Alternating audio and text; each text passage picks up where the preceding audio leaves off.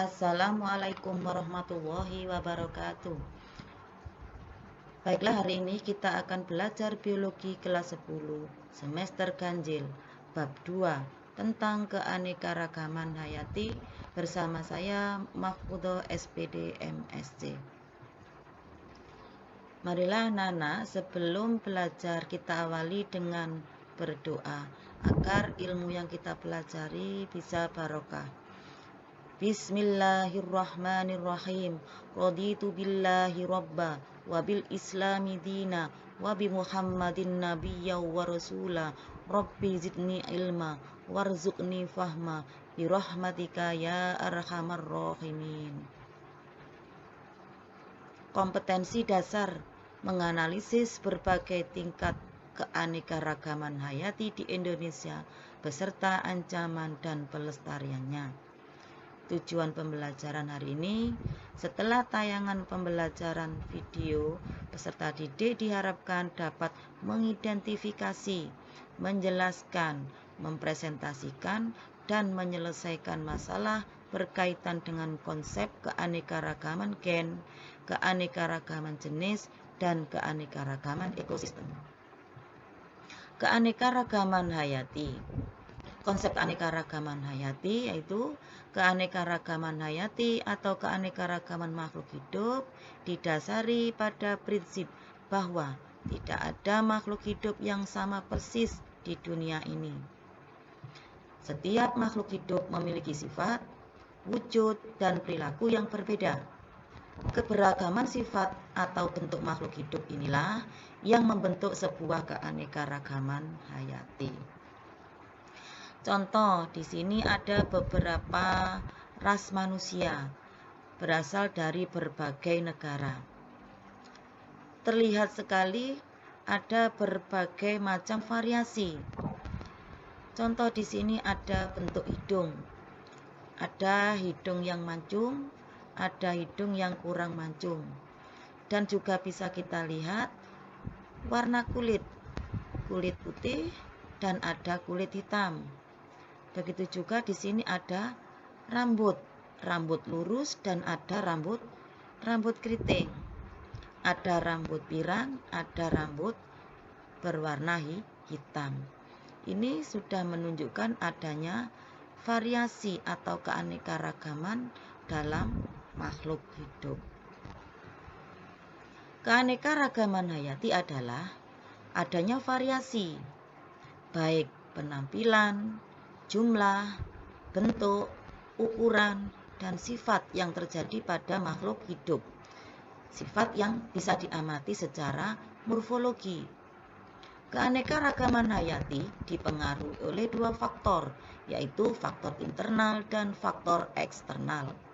Satu, faktor internal yaitu faktor genetik yang bersifat relatif stabil atau konstan pengaruhnya terhadap morfologi atau fenotip dari suatu organisme. Yang kedua, faktor eksternal atau faktor lingkungan yang relatif labil pengaruhnya terhadap morfologi atau fenotip suatu organisme. Jadi relatif bisa berubah atau bisa dipengaruhi oleh perubahan lingkungan. Keanekaragaman hayati dibagi menjadi 3 tingkatan.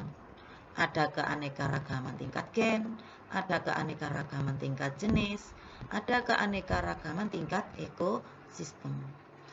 Setelah ini kita akan mempelajari satu persatu di antara ketiga keanekaragaman hayati.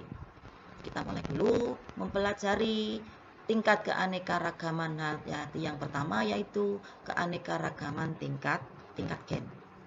Keanekaragaman tingkat gen adalah keanekaragaman individu dalam satu jenis makhluk hidup. Keanekaragaman gen mengakibatkan variasi antar individu sejenis. Misalnya, keanekaragaman gen pada tanaman kelapa. Keanekaragaman gen pada tanaman kelapa dapat dilihat dari banyaknya buah kelapa, tinggi pendeknya pohon kelapa, besar kecilnya buah kelapa, rasa dari buah kelapa, bunga dari buah kelapa, dan lain-lain.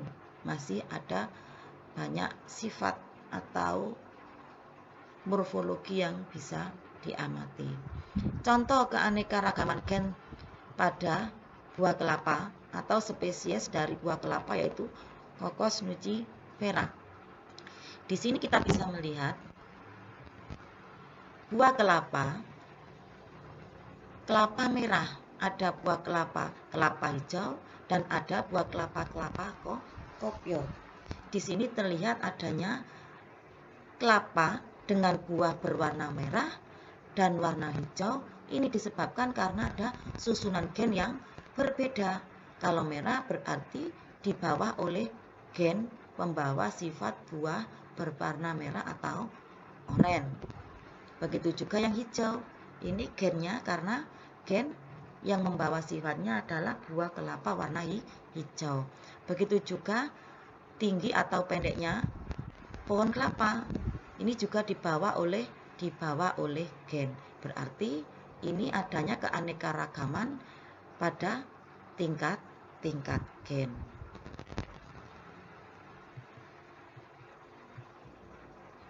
Apa itu gen?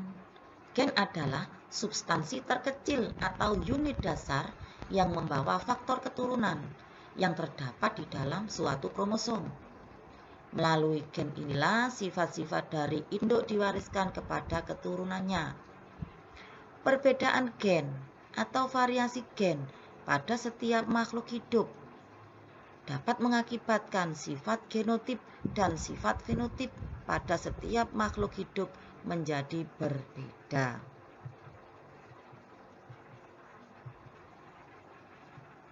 Keanekaragaman tingkat gen dapat terjadi karena adanya 1.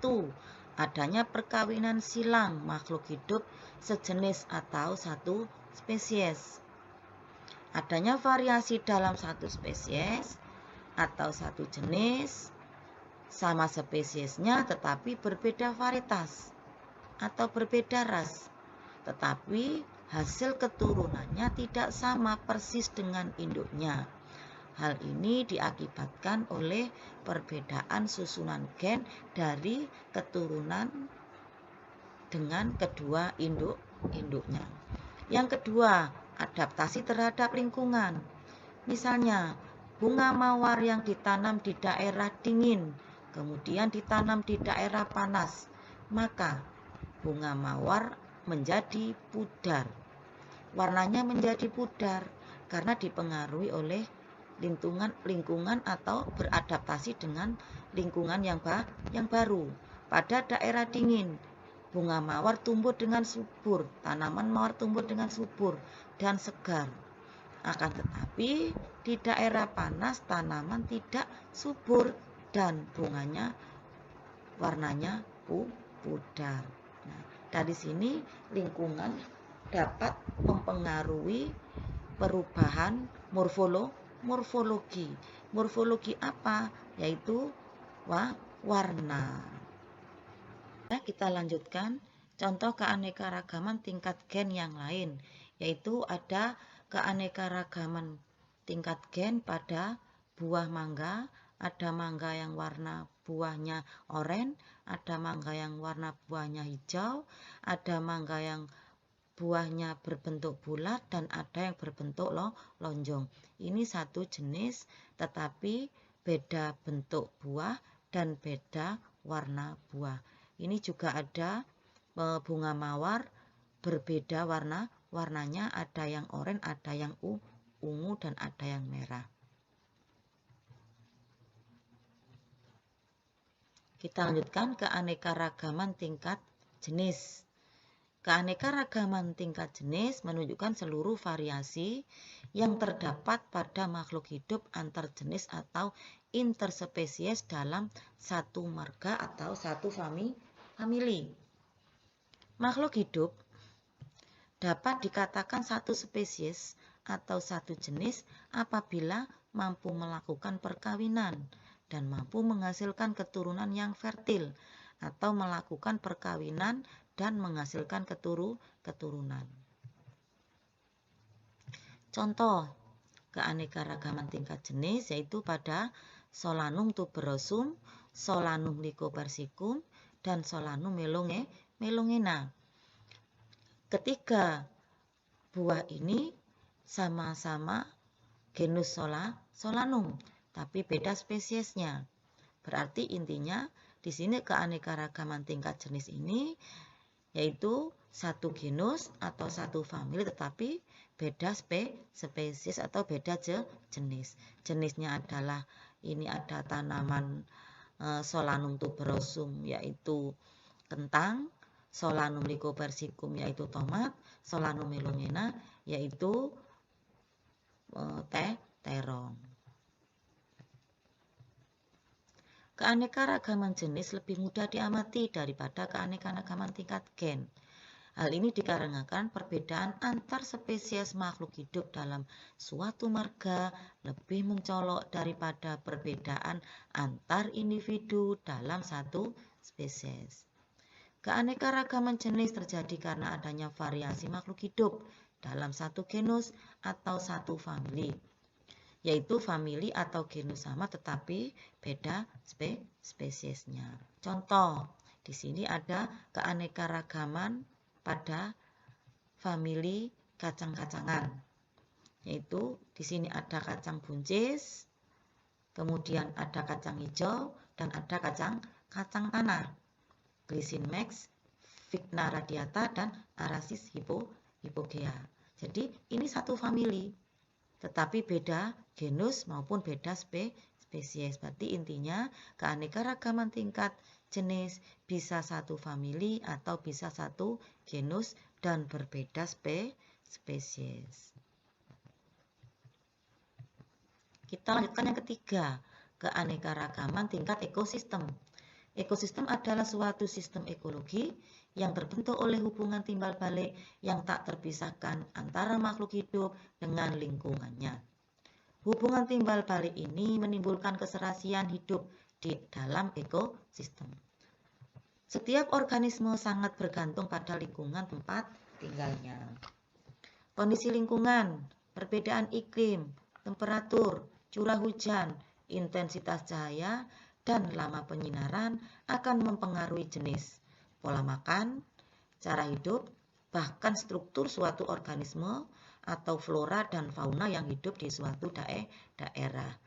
Intinya, lingkungan yang berbeda akan menyebabkan flora dan fauna yang ada atau hidup di dalamnya juga berbeda.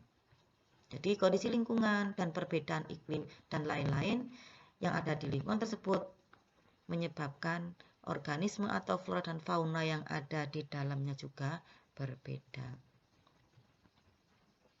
Keanekaragaman lingkungan akan mempengaruhi keanekaragaman hayatinya.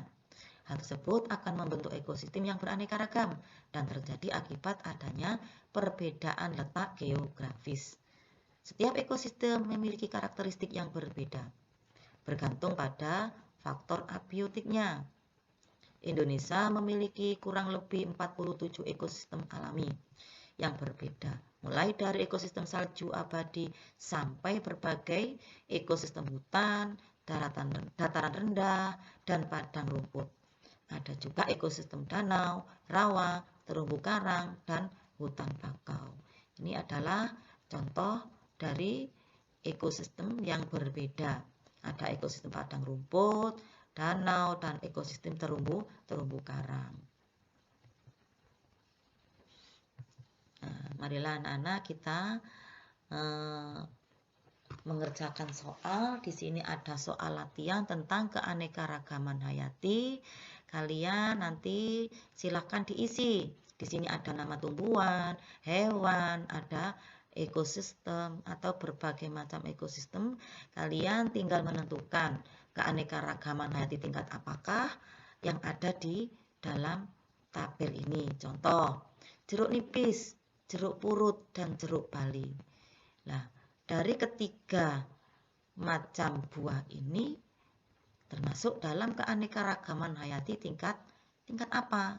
Nah, jeruk nipis, jeruk purut, dan jeruk bali walaupun sama-sama namanya jeruk, tetapi ternyata spesiesnya berbeda, hanya sama dalam satu genus. Sehingga di sini nomor 1 isinya keanekaragaman tingkat jenis. Kalian nanti bisa mengisi mulai nomor 2 dan seterusnya sampai nomor 12. Di sini juga ada latihan berikutnya, yaitu di sini saya tunjukkan gambar, beberapa gambar. Nanti kalian akan mengidentifikasi gambar di bawah ini adalah keanekaragaman hayati tingkat apa. Di sini ada gambar A, kemudian ada gambar B. Nah, dan berikan alasannya kenapa gambar A kok keanekaragaman tingkat titik-titik, yang B kok keanekaragaman tingkat titik-titik, alasannya apa, ada persamaan apa atau perbedaan apa. Tolong nanti dikerjakan. Soal yang ketiga, gambar di bawah ini adalah keanekaragaman hayati tingkat apa dan berikan alasannya. Tadi adalah yang nomor 2 adalah hewan, sekarang adalah tumbuh-tumbuhan. Ada gambar A dan ada gambar B. Kalian silakan ditentukan atau diisi yang gambar A ini adalah termasuk keanekaragaman tingkat apa dan alasannya apa. Yang B ini adalah gambar keanekaragaman tingkat apa dan alasannya apa. Itulah materi yang saya sampaikan hari ini. Alhamdulillah, semoga bermanfaat dan barokah. Amin. Assalamualaikum warahmatullahi wabarakatuh.